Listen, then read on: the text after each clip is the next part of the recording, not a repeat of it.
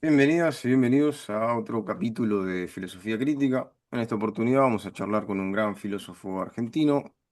Él es Edgardo Castro, doctor en filosofía por la Universidad de Friburgo, un gran especialista en la obra de Michel Foucault. Edgardo, ¿cómo estás? ¿Qué tal? Buen día. Bueno, gran filósofo ya es mucho. No me siento identificado. Bueno, para Dale. mí lo sos al menos. Eh, Yo respeto las opiniones, es decir, respeto las opiniones, respeto la capacidad de opinar de todo el mundo, pero bueno, dale. bueno, bueno, te tengo que preguntarte, es algo que le suelo preguntar a mis invitados, ¿qué te llevó a la filosofía? Bueno, qué sé yo, la respuesta que siempre funciona es la vida, ¿no? ¿Qué de la vida y la lectura? ¿No? Pero claramente hay una pasión que es la pasión por lo racional, ¿no? Por la idea de que una idea por otro lado bastante iluminista, pero bueno, uno ha sido educado en una tradición iluminista que existe la razón y que la razón da razones y que las razones hay que buscarlas. Por supuesto, la filosofía no es la única forma de racionalidad. Yo tengo una mentalidad bastante formal en el sentido de que me hubiese gustado que el teorema de Gödel no existiese y que la matemática fuese más allá, pero como sabemos que no podemos tener un sistema matemático consistente y al mismo tiempo completo, quizá la vía que quedaba era otro tipo de racionalidad, que no significa que sea consistente y completa, pero que trataba de ir más allá. Y la filosofía tiene eso, ¿no? Pero mi relación con la filosofía, en todo caso, está marcada por eso, por la búsqueda de la racionalidad, no por las formas de... Hay gente que tiene relaciones más literarias con la filosofía. Eh, qué sé yo no. Uno podría contraponer esto, Platón y Aristóteles, ¿no? Platón escribe bárbaro, ¿no? Leer una obra de Platón es casi como ir a una ópera. Aristóteles, hagamos la salvedad, no sabemos cómo escribía, porque la mayoría de las obras que Aristóteles compuso para ser publicadas se perdieron. Los que tenemos son mayormente apuntes, entonces claramente es un estilo, si queremos, a veces bastante más fragmentario, pero yo estoy de la... Pero, ¿qué te transmite el texto de Aristóteles? Bueno, el orden, las clasificaciones, y yo estoy un poco de ese lado. Lo cual no deja de generar contradicciones, porque me he ocupado de autores que no están de ese lado. Claro. Bueno, justamente esa iba a ser la siguiente pregunta. ¿Cómo llegaste a Foucault? Mira, yo quería hacer una tesis sobre Kant, pero cuando yo estudié ya de esto, estamos en el 2025. Yo hace más de 30 años que me doctoré. Era otra universidad, ¿no? En varios sentidos. Era otra universidad en Europa, porque la, todavía no había entrado en vigencia el acuerdo de Bolonia, y era otra universidad en el mundo, pero también en Europa. Entonces, la universidad no estaba tan escolarizada, cosa que no sé si es bueno, ¿no? Entonces, en el viejo sistema europeo anterior a Bolonia, este, la clave para hacer una tesis de doctorado es encontrar a alguien que te la dirija. No es un trámite administrativo, es un trámite académico. O sea, vos tenés que encontrar un profesor que esté habilitado para dirigir una tesis y que esté dispuesto a dirigir tu tesis, no formalmente, sino realmente. Y lo que ocurría, y sigue ocurriendo en realidad, es que no es que vos vas y propones el tema que se te ocurre. En general tenés que entrar un poco en la, en los intereses del profesor que tiene sus proyectos. Y bueno, así llegué a Foucault. Esto hace muchísimo tiempo. Como decía antes, yo ya llevo 33 años que me doctoré, ¿no? Prescribió, diría. Entonces, los caminos son un poco así, como tantas cosas, que no es que uno las piensa y ni siquiera es que uno las decide, suceden, ¿no? Cómo hacer las cosas que uno quiere con aquello que sucede es un poco la clave. Y de hecho, mi tesis, que en gran medida es mi primer libro sobre Foucault, es una interpretación muy kantiana de Foucault, ¿no? Porque propone un poco esto, está centrada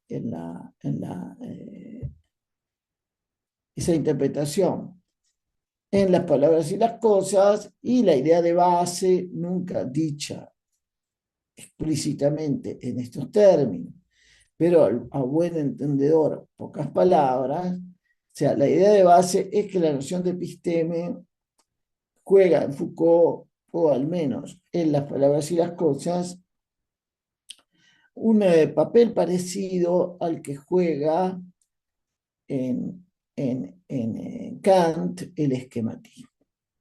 Entonces habría una relación que es esquematismo-episteme. En esa época, 1992, las lecturas kantianas de Foucault no eran tan habituales. Incluso yo recuerdo mis primeros congresos en Argentina, recuerdo uno que fui a Mar del Plata, y la gente tenía mucha resistencia a esto.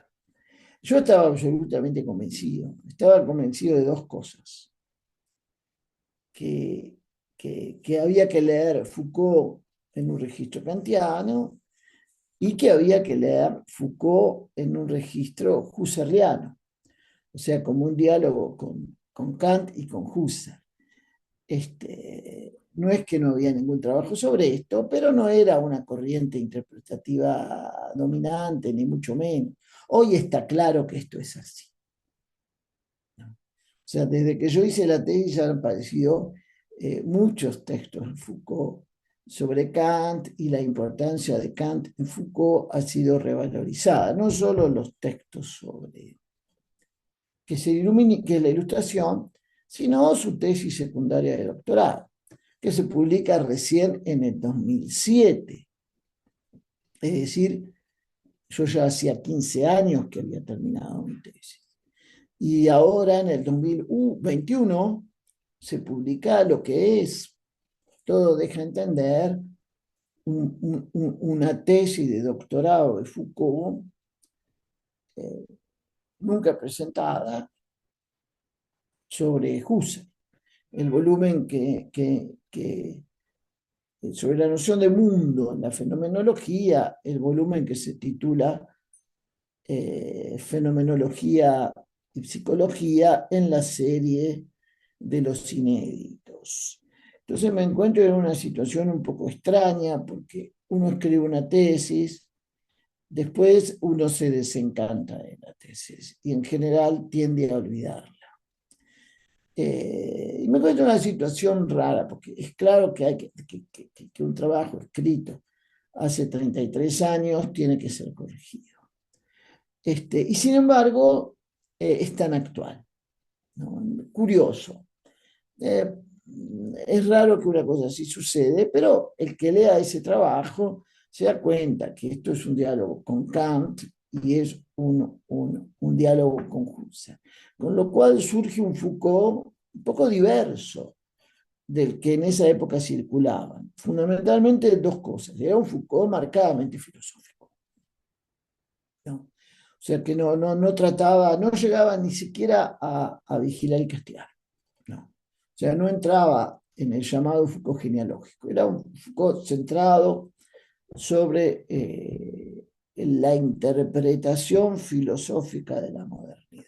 Un Foucault muy filosófico, árido en muchos aspectos, y un Foucault que discutía con los grandes nombres de la filosofía en lengua alemana. No digo filosofía alemana, simplemente porque Husserl este, es de lengua alemana, pero la definición de alemán es un poco eh,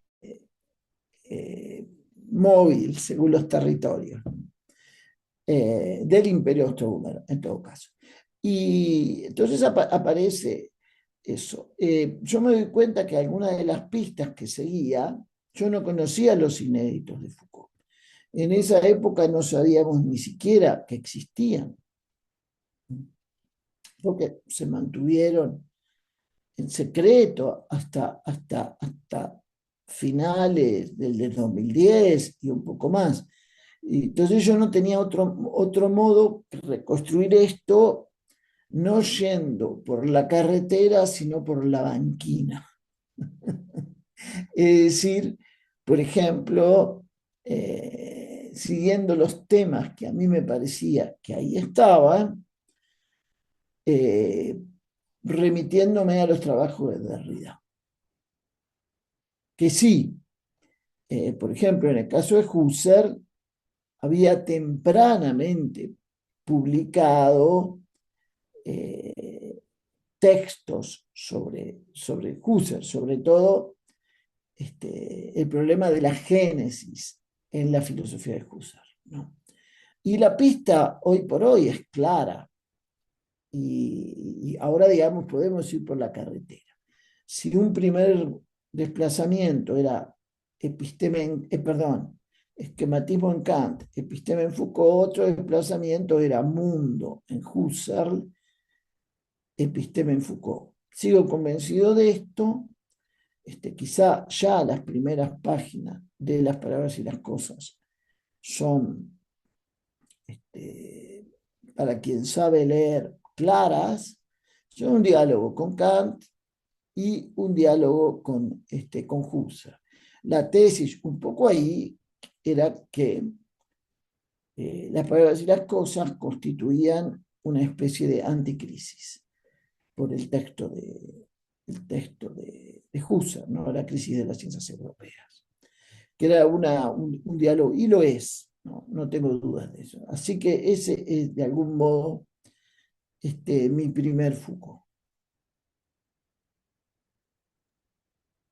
Bueno, tuviste una gran lectura entre líneas ahí. Eh, Bueno, era para quien tenía el oído, claro. ¿no? Es decir,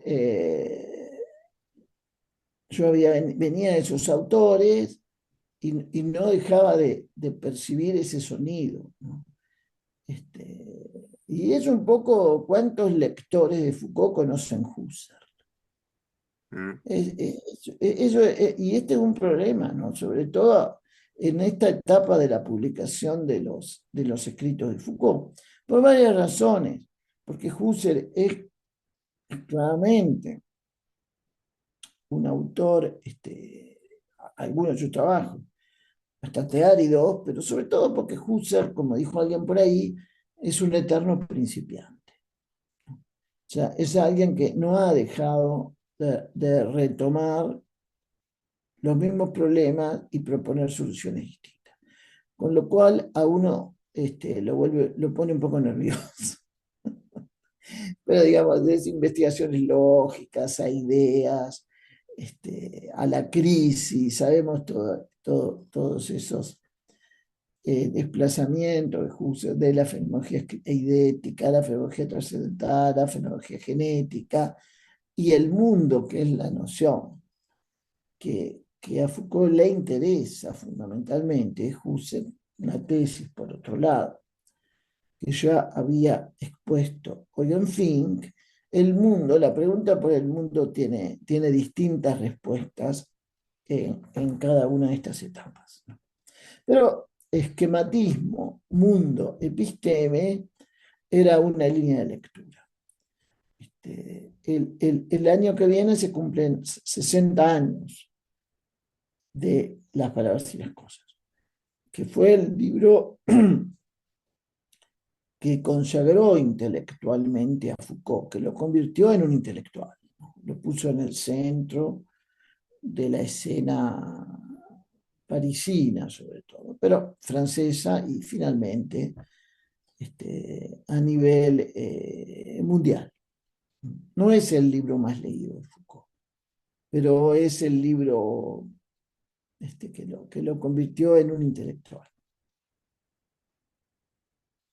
Bueno, justo te iba a preguntar sobre el influjo de Husserl en la filosofía francesa, eh, en una época donde, bueno, en el 30 Koyev lleva a Hegel a París, si mal no recuerdo, asistieron a sus clases Lacan, Sartre, Merleau-Ponty, que fueron después maestros de Foucault. ¿Cómo Bueno, llega hay una, Husserl a Francia? no, bueno, acá es un problema complicado y hay distintas tesis interpretativas. Hago una pequeña corrección para que no se me pase después. Sartre no participó del seminario de Coller. Por supuesto, Lacan, Merleau-Ponty, André Breton, Georges Bataille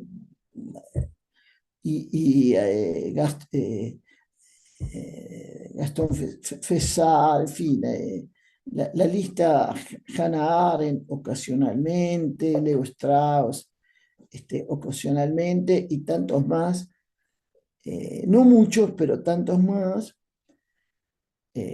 no tenemos siquiera una lista completa, pero Sartre no fue. De todos modos, Sartre estaba al tanto de las interpretaciones que desarrolló Kojev entre 1933, entre enero de 1933 y mayo de 1939. Porque en 1939, en el Mercure de France, Kojev publica un artículo donde está lo esencial de esto que nosotros conocemos como la dialéctica del amo y del esclavo. Y Simone de Beauvoir le hace leer, o como ustedes como queramos, le indica ese artículo a Sartre.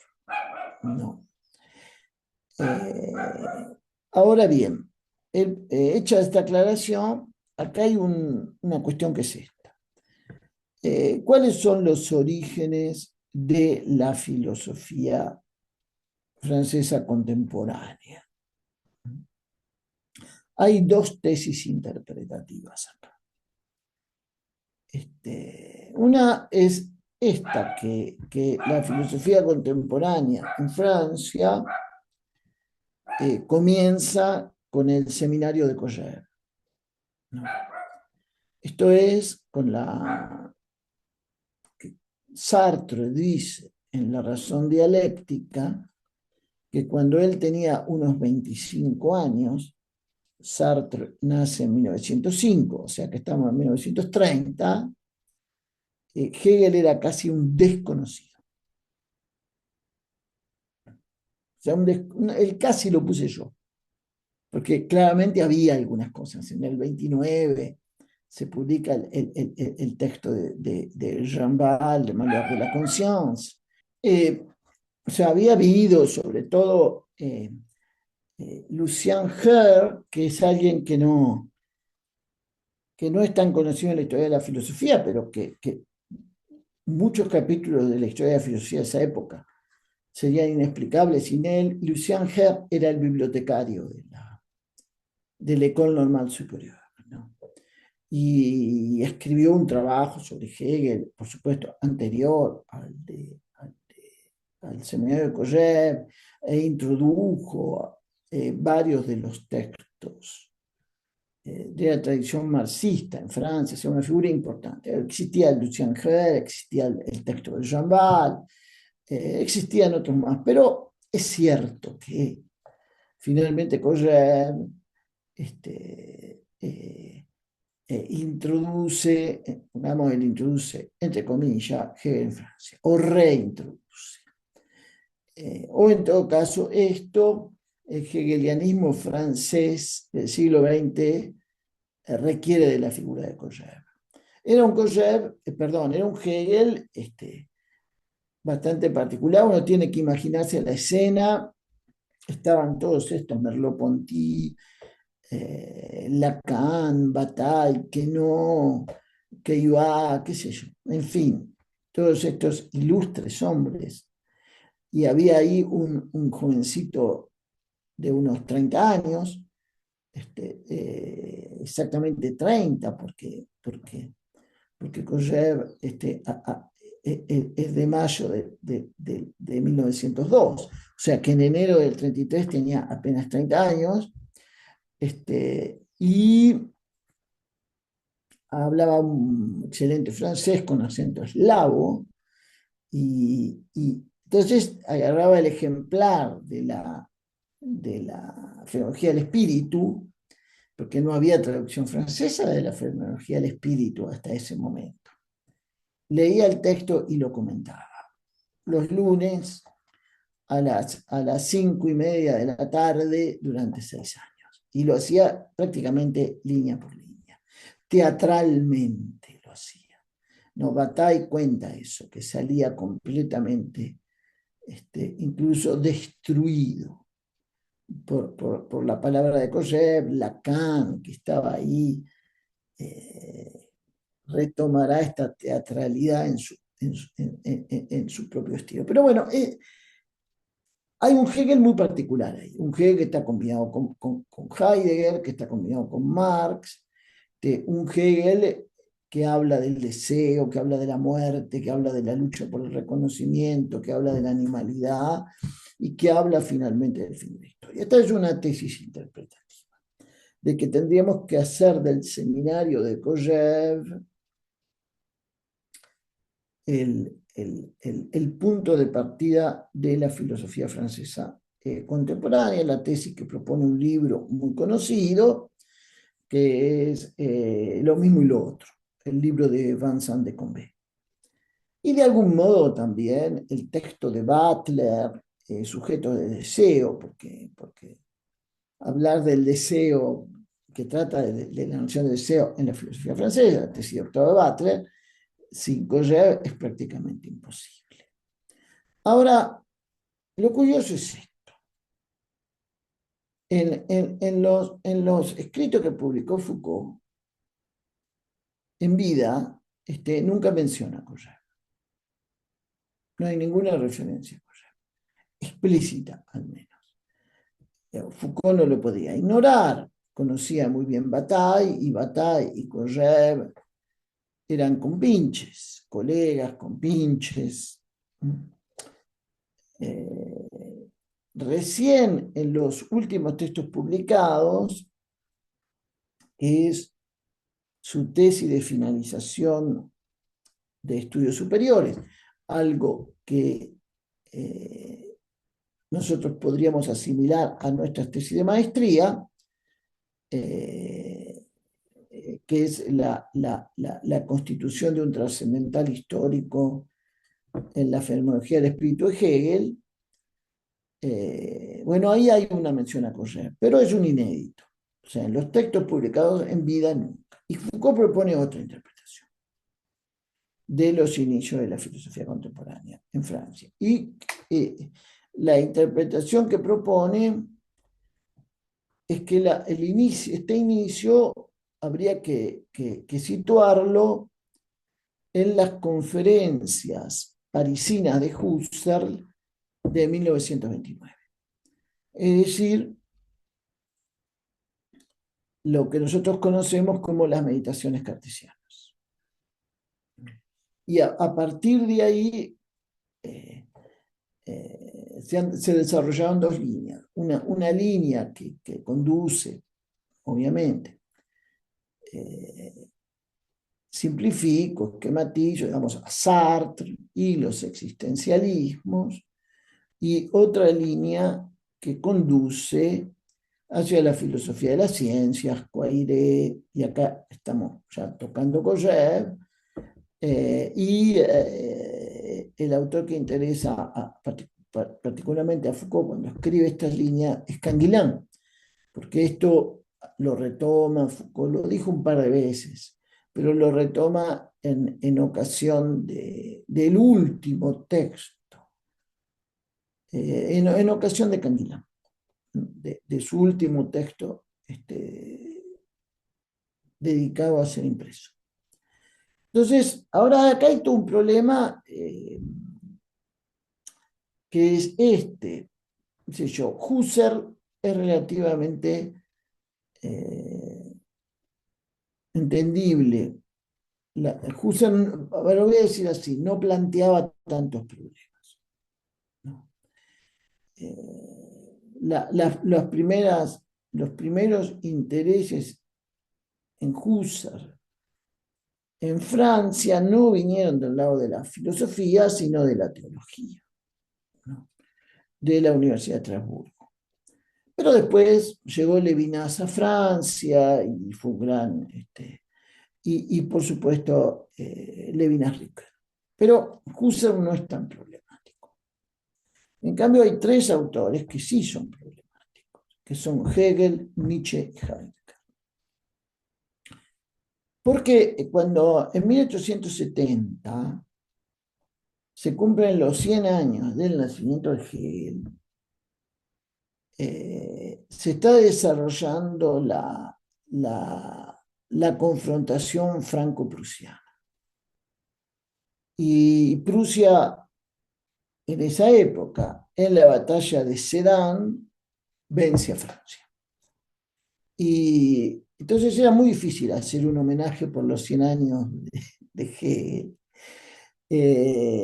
a quien se lo consideraba el ideólogo del imperialismo prusiano.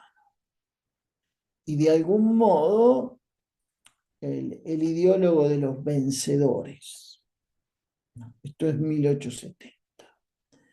Entonces hubo que deshacerse de esta imagen militarista, pero también panlogista del propio Hegel. Hubo varios episodios acá, ¿no? Porque las obras de Hegel del siglo XIX son la lógica, la filosofía del derecho, la enciclopedia de la ciencia filosófica, pero la fenomenología del espíritu no. En vida, la fenomenología del espíritu aparece en 1807, Hegel muere en 1831 y recién en 1831 se hace necesaria una segunda edición. Y la primera edición, que no sabemos exactamente cuántos ejemplares imprimió, porque el editor un poco le mentía a Hegel, pagó tantos, cuántos realmente hizo, no sé qué, esta historia que siempre sucede, o casi siempre. Pero supongamos que hubo unos 500 ejemplares. Entonces, cayendo en el vicio de los economistas, que son las estadísticas, se vendían 25 ejemplares por año, desde la aparición a la muerte de Hegel. No, no es que fue un libro que haya tenido impacto, no había una traducción al francés, etc. La fenomenología del espíritu es uno o el gran texto del renacimiento de Hegel en el siglo XX. Y por supuesto está toda el redescubrimiento del joven Hegel que inicia Dilthey y su discípulo Noll, y esto tiene influencia porque el seminario de Collet es una continuidad del seminario de Poiré originariamente, y Poiré estaba ocupándose de esto, de los escritos teológicos de Hegel y de los escritos de la época de Iena. Pero en todo caso hubo que, digámoslo así, desgermanizar Hegel. Nietzsche y Heidegger planteaban problemas muy distintos. Porque porque Nietzsche, bueno, en la tradición marxista, digamos, me refiero a Lucas, había sido considerado el ideólogo del nazismo. Y en la, bueno, y está este autor, Alfred Boiler, que fue director del Archivo Nietzsche, el último director del Archivo Nietzsche, que había publicado un texto fundamental, Nietzsche, el filósofo y el político, y Boiler, no en ese texto, sino en otro, más breve, identifica nietzscheanismo, hitlerismo. Nietzsche después de la guerra, que Weimar, donde estaba el archivo Nietzsche, queda bajo el control soviético, el archivo Nietzsche se cierra. Y en los países del este estaba prohibido leer Nietzsche y, y escribir sobre Nietzsche. O sea, había que desnazificar Nietzsche. Y esto es una operación que antes del fin de la guerra, ya en 1937, comienza a hacer Georges Bataille en la revista Acefal, ¿no? Y algo semejante había que hacer con Heidegger, porque, bueno, porque ya sabemos por qué. Había sido el rector del nazismo, había apoyado el nazismo, hoy el compromiso de Heidegger con el nazismo es todavía con la publicación de los Cuadernos Negros. Es todavía más clara, evidente, innegable, ¿no? Al punto que cuando Sartre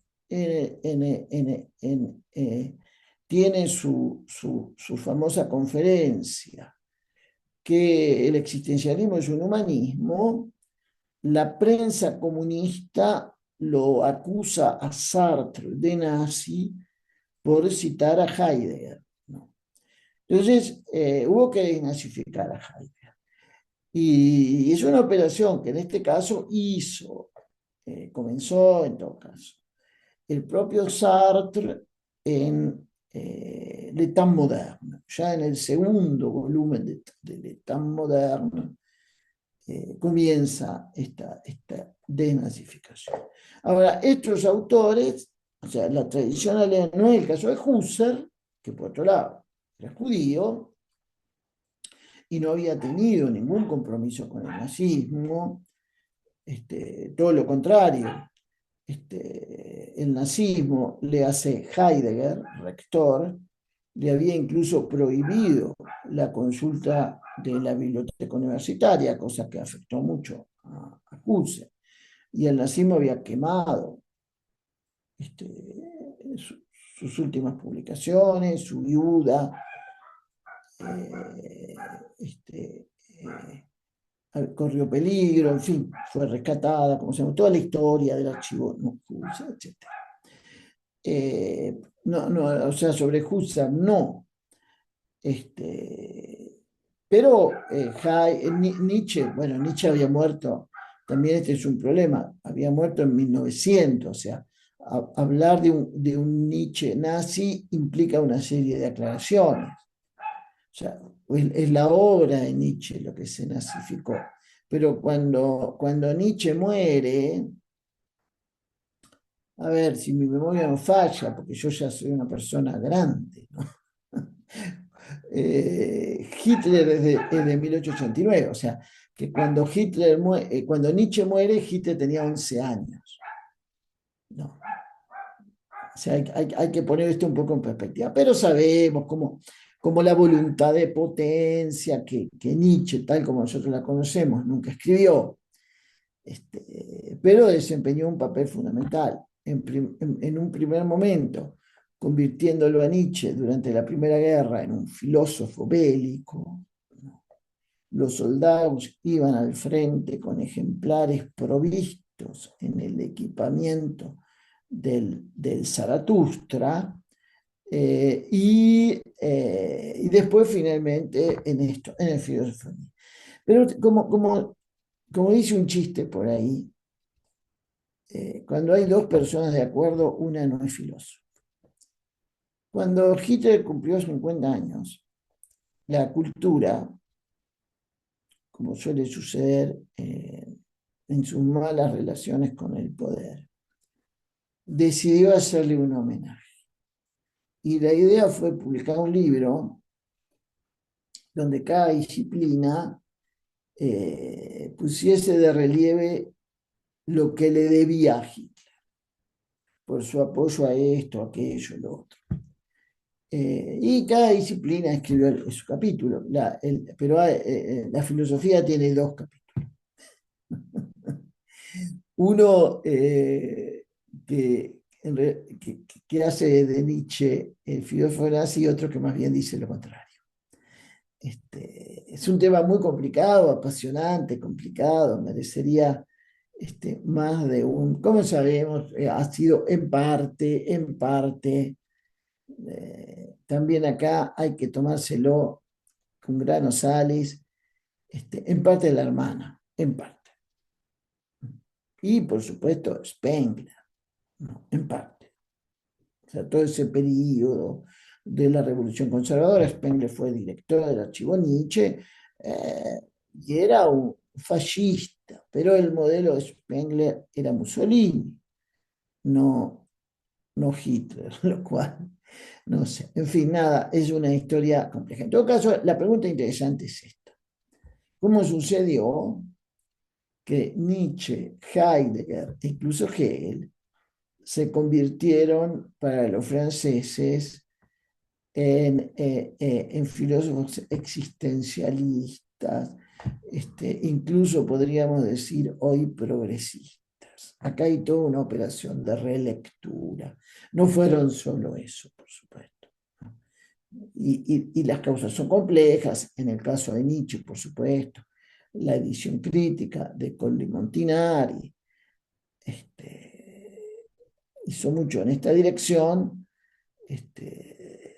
en fin, nada, una historia fascinante. Me parece que es mucho más complejo, en todo caso, que Husserl o Correr.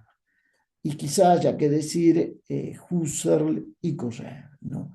En los orígenes de la filosofía francesa contemporánea. Es interesantísimo. Eh, Hay cosas que mencionaste de las que no sabía.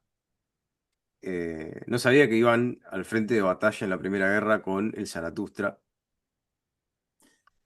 Bueno, hay un libro magnífico, lamentablemente no traducido al español, de un germanista italiano, Ferrari Zumbini, que reconstruye todas estas historias. El libro se llama Nietzsche, Historia de un proceso político.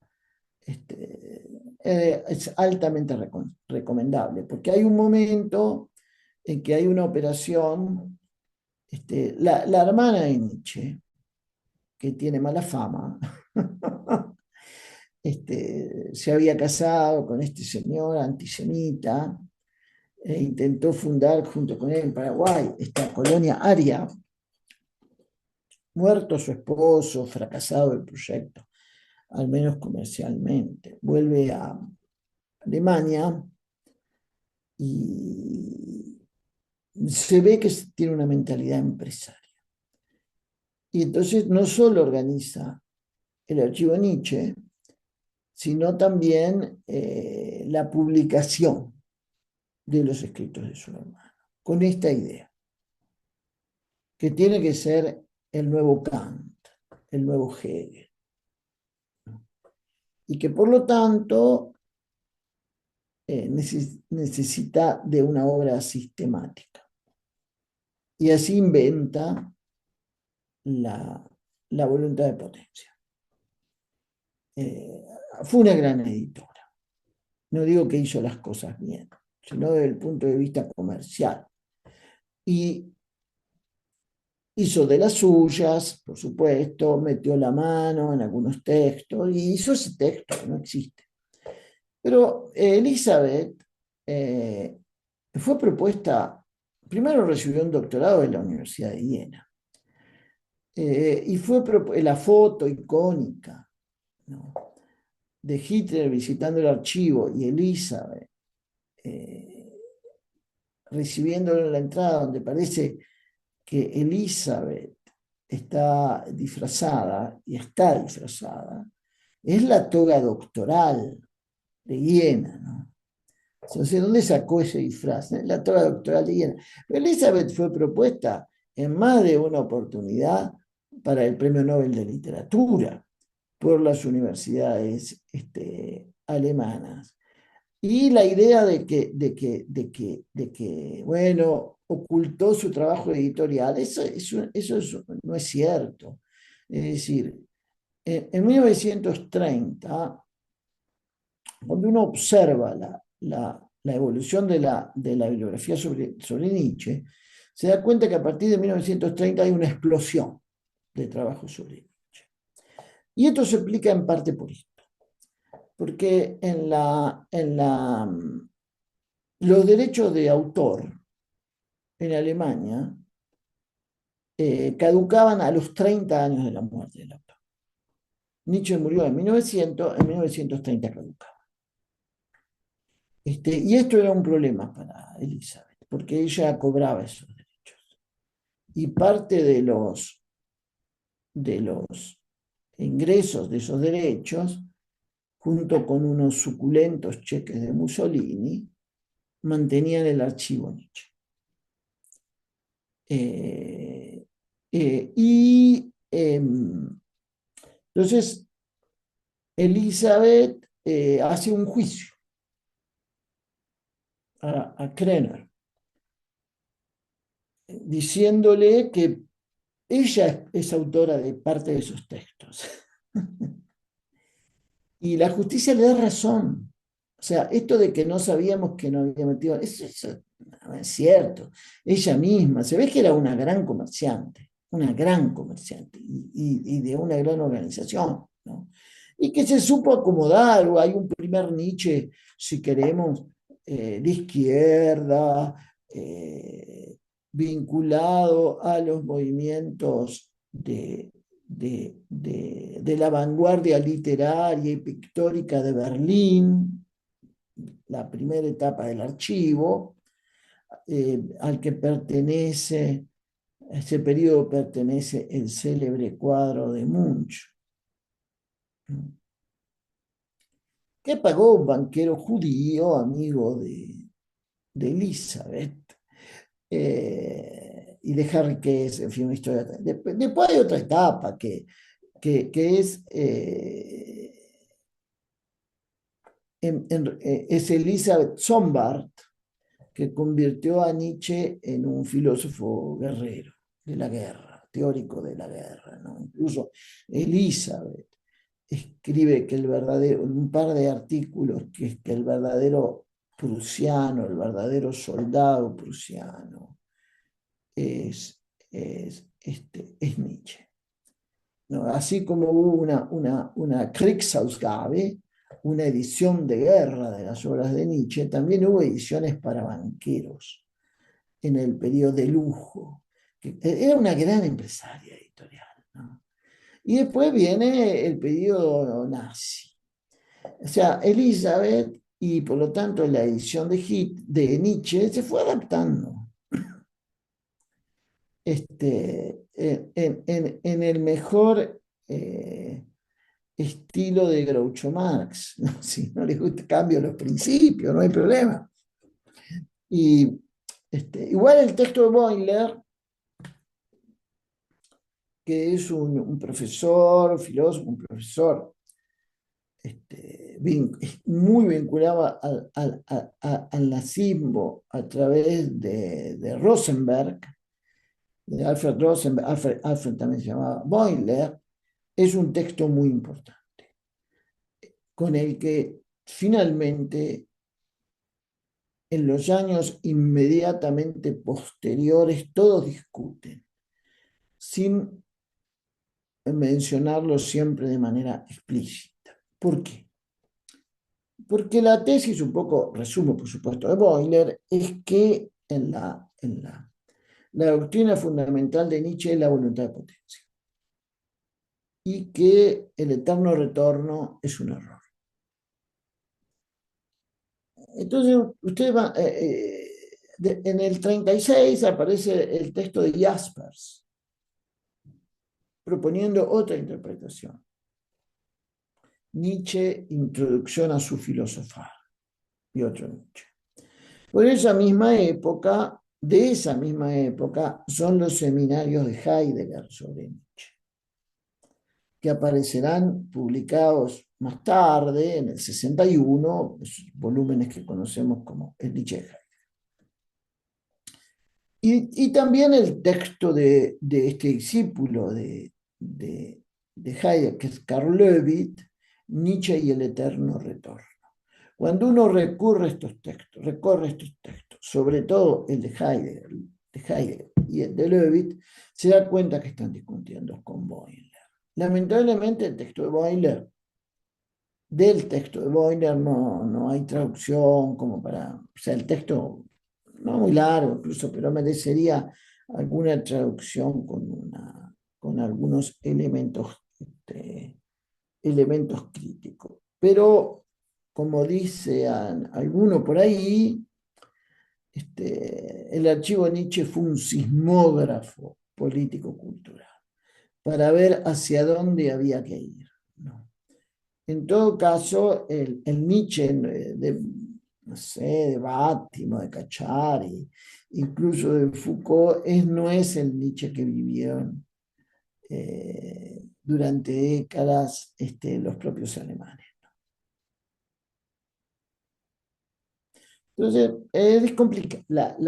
No hay, volvería sobre este punto, no hay un único punto de partida de la filosofía francesa contemporánea, sino una constelación de puntos.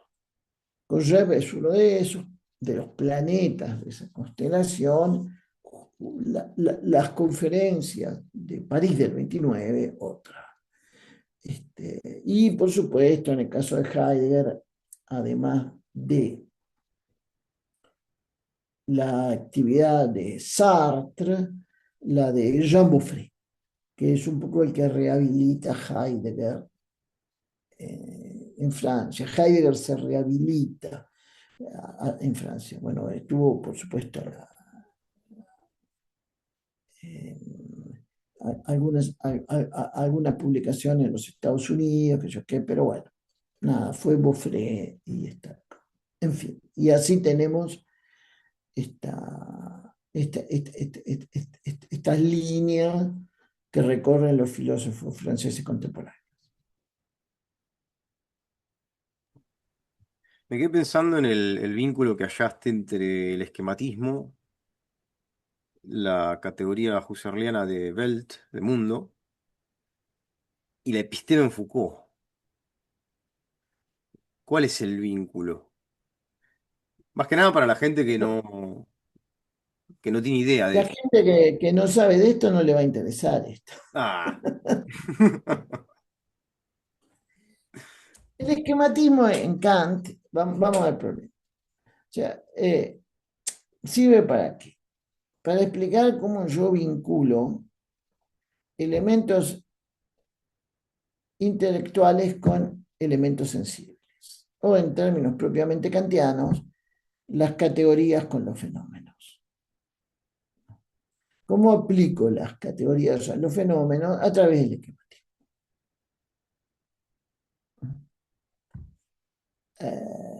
Porque, digámoslo así, la forma de todos los fenómenos es el tiempo y las categorías simplifico, son formas de la temporalidad. El esquematismo es el elemento común. Ahora, cuando vos lees el prefacio de las palabras y las cosas, luego de ese exordio borgiano, el problema que aparece es este, una región intermedia entre las palabras y las cosas, entre las ideas y las percepciones. Es casi como que te lo está diciendo.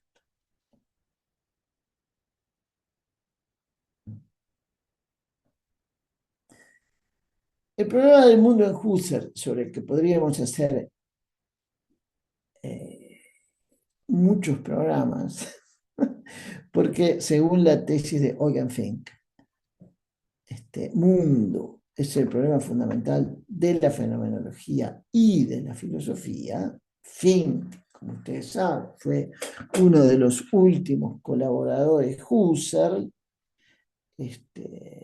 y además el autor de la sexta meditación cartesiana.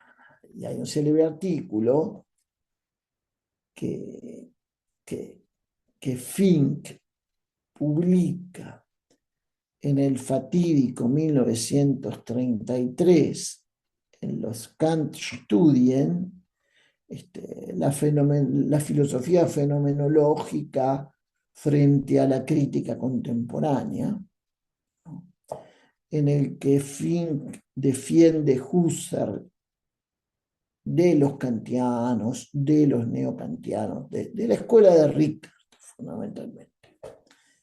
Ese artículo sostiene eso, que el mundo, ahí aparece ese artículo, es el problema fundamental de la fenomenología y de la filosofía. Es un artículo que marca Foucault, que marca Derrida. Sus lecturas de Husserl pasan por ese artículo tiene un prólogo del propio Husserl, donde Husserl dice, no hay nada en este artículo que yo no suscriba. O sea, viene con bendición. El problema del mundo es en la fenomenología, como digo, en la fenomenología de Husserl, eh, requeriría de varias emisiones porque ha tenido distintas respuestas, ¿no? La fenomenología idética, en la fenomenología trascendental, en la fenomenología genética, pero mundo es lo que explica en el fondo por qué hay una unidad, no una síntesis, como es el caso de Kant. En Kant hay una síntesis, en Husserl no. Hay una unidad entre lo que Husserl llama los elementos iléticos de la constitución, esto es, los datos sensoriales y la razón. Y la razón. La, la, ¿cómo yo sé que esto se corresponde? Bueno, y este es el problema digamos, funcionalmente, no estoy diciendo que la episteme, el esquematismo y el mundo es lo mismo, no, que funcionan para resolver el mismo problema, pero funcionan de manera diferente. Bueno, esa es la función de la categoría de mundo.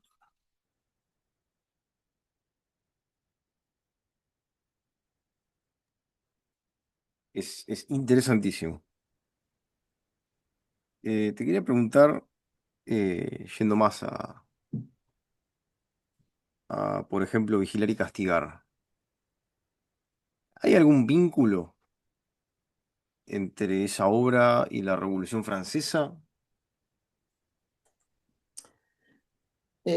Bueno, acá hay varias cosas que uno tiene que aclarar, porque veníamos de una serie de temas,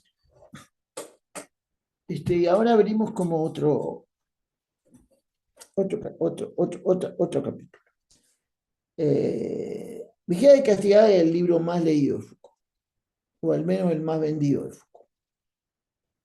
No tengo los datos de las ediciones en español, pero en francés, o sea, ponele 2023 se habían vendido 150.000 ejemplares. Y de las palabras y las cosas, algo más de 50.000. Y francés no es el idioma en el que Foucault más vende. Pero el libro más vendido de Foucault, esto se repite con números incluso mayores en los otros idiomas, es Vigía y Castigo. Y es el libro que nos pone ante un Foucault político. Eh, Hay varias, o sea, un Foucault que comienza a hablar del poder. En este caso, específicamente del poder disciplinario y de la cárcel, el tema del panóptico en sí, en fin, es algo que todos conocemos. Es un texto que en su recepción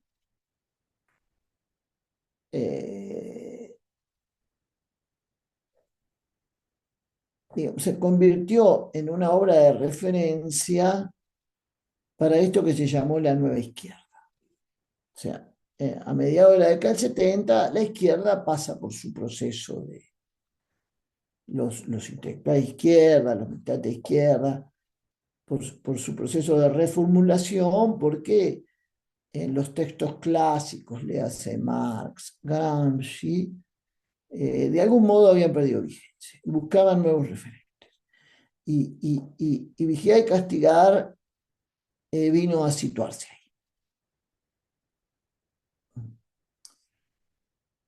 Antes de ir sobre el otro problema, porque, o sea, no es que me estoy yendo por las ramas, porque tu pregunta es por la revolución.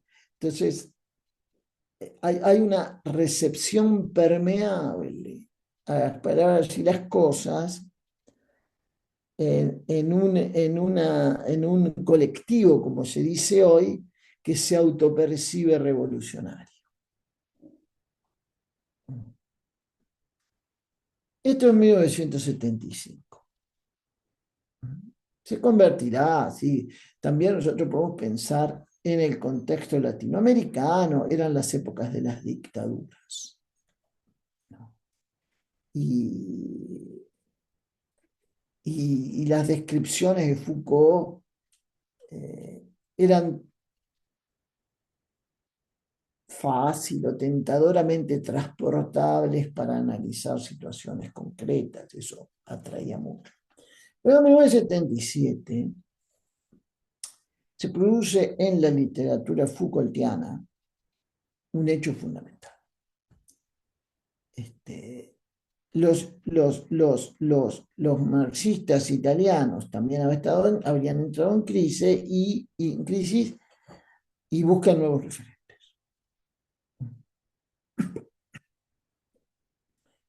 Y en el horizonte aparecen dos, Foucault y Carl Schmitt. Una parte, digamos, de los marxistas italianos, de esta segunda izquierda, van hacia el lado de Foucault, otras van hacia el lado de Schmitt y se vuelven muy antifoucaultianos, como Mario Tronti, que murió hace poco, por otro lado, uno de los fundadores del operaísmo, y el propio Cacciari. ¿No? Entonces, algunos de estos marxistas deciden construir un texto político de Foucault. Y ese texto político de Foucault es el que nosotros conocemos como microfísica del poder, que se traduce rápidamente al español y un poco más tarde, un par de años, 2 o 3 años más tarde, al inglés, con otro nombre. En inglés es parte del volumen que nosotros conocemos como Power Knowledge. ¿No? Ahora, microfísica del poder no es un libro que exista en francés. En alguna de las ediciones, no me refiero a la de siglo, de la que yo me ocupé, no caímos en este error, pero otras, las anteriores, en la página de créditos, suelen poner una tal microphysique du pouvoir, que no existe. ¿Por qué esto es importante? Bueno, es muy importante en relación incluso con tu pregunta sobre la que voy a ir. Porque muchas cosas no se explican si uno no tiene en cuenta esto. Nosotros hemos leído un libro de Foucault que los franceses no leyeron. Y ese libro fue muy importante, muy importante. ¿Por qué fue tan importante? Me refiero a Microfísica del Poder, que se leyó en conjunto con Vigilar y Castigar, por los tiempos. En español, Vigilar y Castigar aparece en el 76. El año que viene se cumplen 50 años. Se lo traduce rápidamente. Siglo XXI traducía así en esa época. Todo Foucault en meses estaba en español circulando. Y Microfísica del Poder, la primera edición en el 78. O sea, hay 2 años por ahí de diferencia. ¿Por qué ese texto es importante? Es una compilación, es la única compilación de textos Foucaultianos autorizada por el propio Foucault. Algunos de esos textos, la mayoría de hecho, circulaban dispersos en Francia, pero hay 3 que no. Una es la entrevista inicial que Foucault da a los editores para ese volumen. Y después, esto es lo interesante, la transcripción de 2 clases de Foucault en el Colegio de Francia, del curso que nosotros conocemos como Defender la Sociedad, la primera y la segunda. Entonces, si dejamos de lado el orden del discurso, que es la clase inaugural, estas son las primeras clases de Foucault en el Colegio de Francia que circulan. Y poco después la revista Out Out va a publicar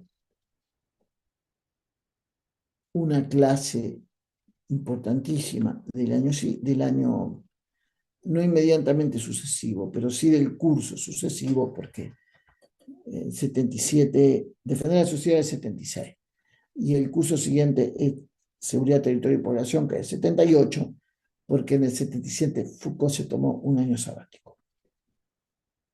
Entonces, no el año sucesivo, sino el curso sucesivo. Bueno, esas traducciones están al origen de la lectura biopolítica de Foucault.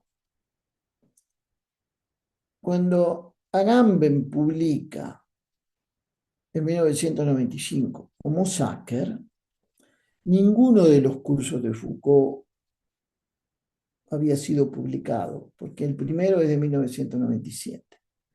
Solo disponía de esas 3 lecciones, las 2 de Microfísica del Poder y la otra de Seguridad, Territorio y Población. Y ahí se originó, como nosotros sabemos, toda una corriente de la escritura de Foucault, que es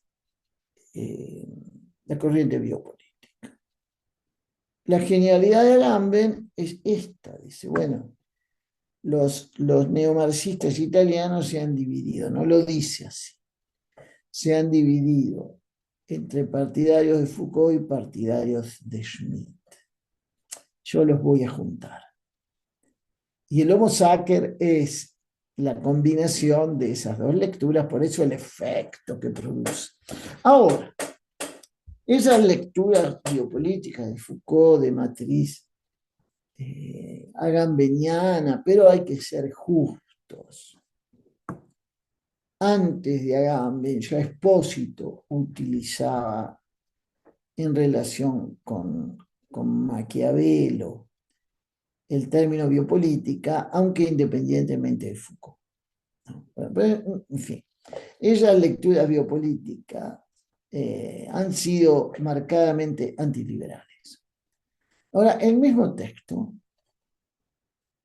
Microfísica del Poder, que forma parte de la compilación inglesa Power Knowledge, dio origen a otro de los grandes capítulos del Foucaultianismo contemporáneo, que son los estudios de la gubernamentalidad, que se desarrollan más bien en una línea interpretativa liberal de Foucault. Entonces, ese texto está así. Nos explica un poco el panorama de ciertas ausentes o tardías lecturas de los franceses, de las lecturas ítalo-iberoamericanas y de las lecturas angloamericanas, que tiene todo esto que ver con la revolución. Bueno, Foucault escribe bueno, explica, hacía toda esta historia para mostrar que un grupo, un colectivo que se autopercibe revolucionario, toma un libro en el que la descripción de la evolución o el desarrollo de los sistemas penales, el arco que toma Foucault es 1770,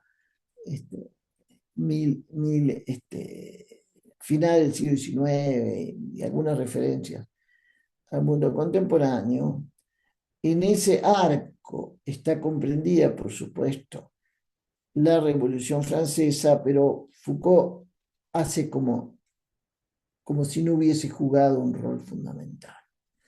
Porque la idea que hay es que en la historia no hay revoluciones, ¿no? Que la historia, en este caso la historia de la penalidad, se escribe en otros términos. Este es un primer elemento. Foucault hace esto un poco polémicamente con los marxistas franceses, ¿no? Entonces, un colectivo revolucionario encuentra en un libro aquello que el autor había dejado de lado para discutir con el colectivo revolucionario de su país, que también, bueno, esta historia es muy interesante de construir. Ahora hay un elemento muy... Eh, eh, Foucault hace, en las pocas menciones a la Revolución Francesa, eh, lo que de algún modo rescata es el aspecto romano de la Revolución Francesa, el aspecto imperialista de la Revolución Francesa. Y digo bien imperialista porque la tesis es que Napoleón viene acá. Y por lo tanto la militarización de la sociedad. No habría existido en principio esa, lo cambio. Foucault explica el surgimiento de una sociedad disciplinaria, no disciplinada, sino disciplinaria, por la militarización de la sociedad europea que se produce a partir del Napoleón surgido de la Revolución Francesa. Y con una cierta ironía, que la revolución nos prometió la libertad, pero nos trajo las disciplinas. Bueno, a modo de cierre, te quería preguntar acerca de la cuestión de la disciplina en Foucault y cuál es tu postura frente a la interpretación de Deleuze del problema de las sociedades disciplinarias y de lo que él llama sociétés du contrôle, las sociedades de control. Yo, lo primero que uno tiene que decir es esto, es que disciplina no es un concepto que haya inventado Foucault. Es un concepto que existe desde muchísimo antes. Ya. El término disciplina, desde un punto de vista lingüístico, nos remite a esta familia a la que pertenece el término discípulo. disciplina, discípulo, ¿no? Y cuando en el siglo primero antes de Cristo tiene lugar esta gran operación cultural, que es traducir la cultura griega a la lengua latina, los latinos de la época de Cicerón se sirven del término disciplina para traducir paideia, es decir, cultura. O sea, ¿qué era disciplina? Y esto, imitar un estilo de vida, un bios, diríamos. Por eso disciplina, sí. La historia semántica del término disciplina sufre un cambio fundamental y adquiere, para decirlo de manera muy resumida, sin entrar en mayores precisiones, adquiere un sentido disciplinario con San Agustín. Pero esto es ya del siglo IV, ¿no? Y la disciplina ha tenido sus desarrollos, sobre todo en dos culturas, en dos ámbitos sobre todo, la cultura monástica y la cultura militar. Foucault tiene un concepto de disciplina que responde a dos elementos. Uno es que la disciplina consiste en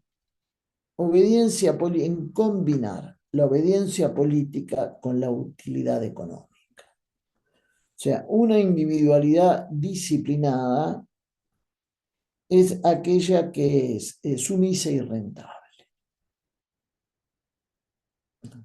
Este concepto no es el mismo, no es uno que haya existido. Le da, aunque la idea, el concepto existía, le da un sentido muy específico acá.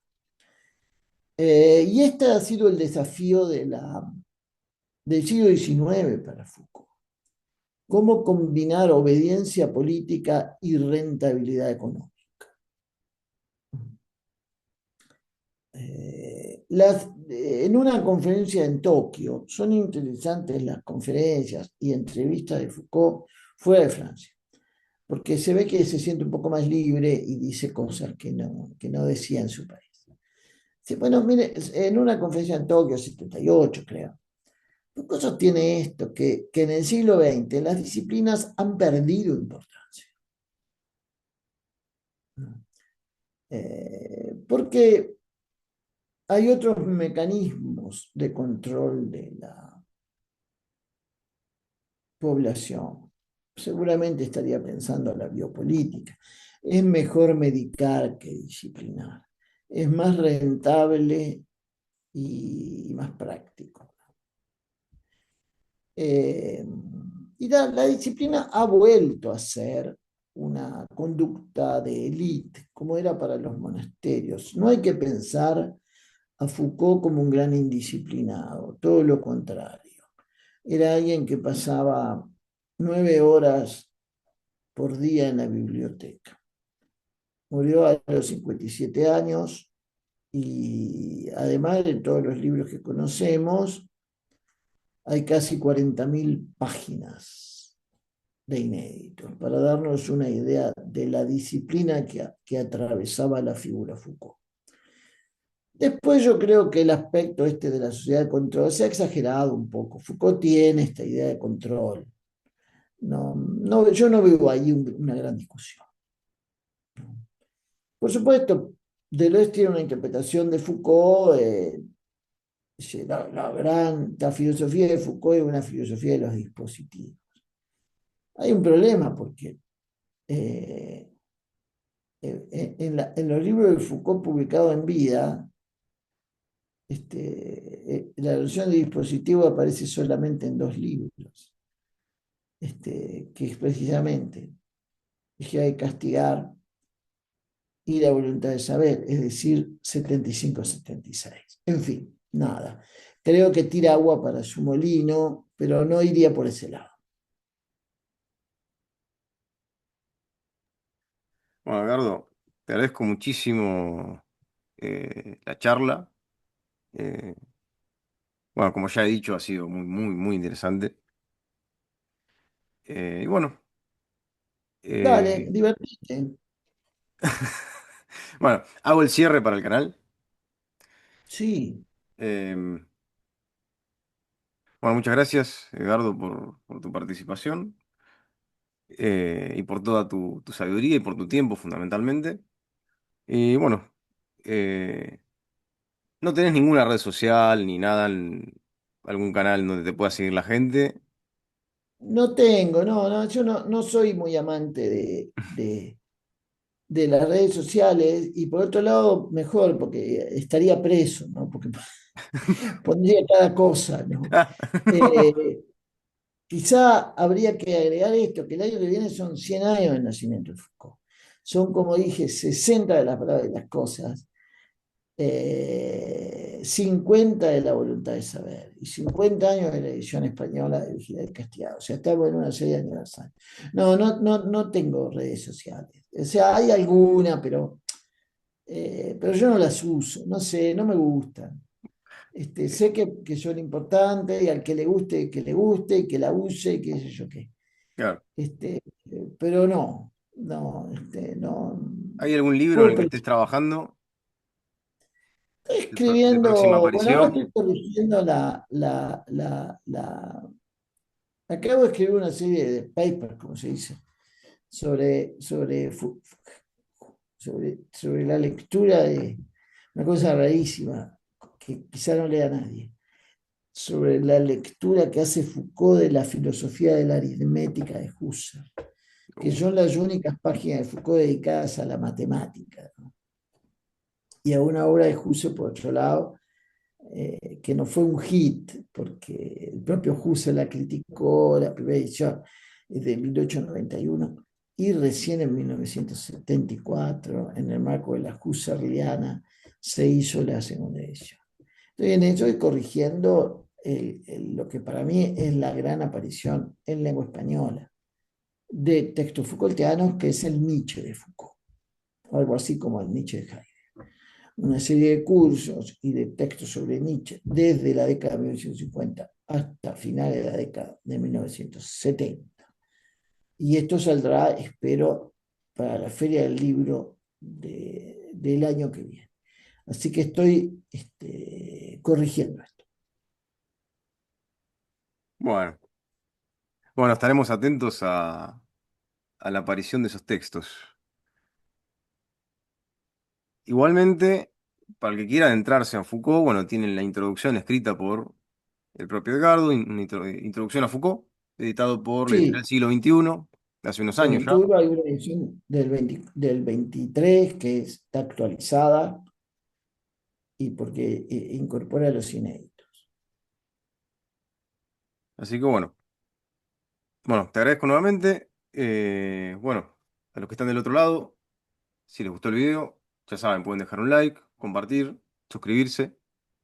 Y bueno, nos veremos la próxima.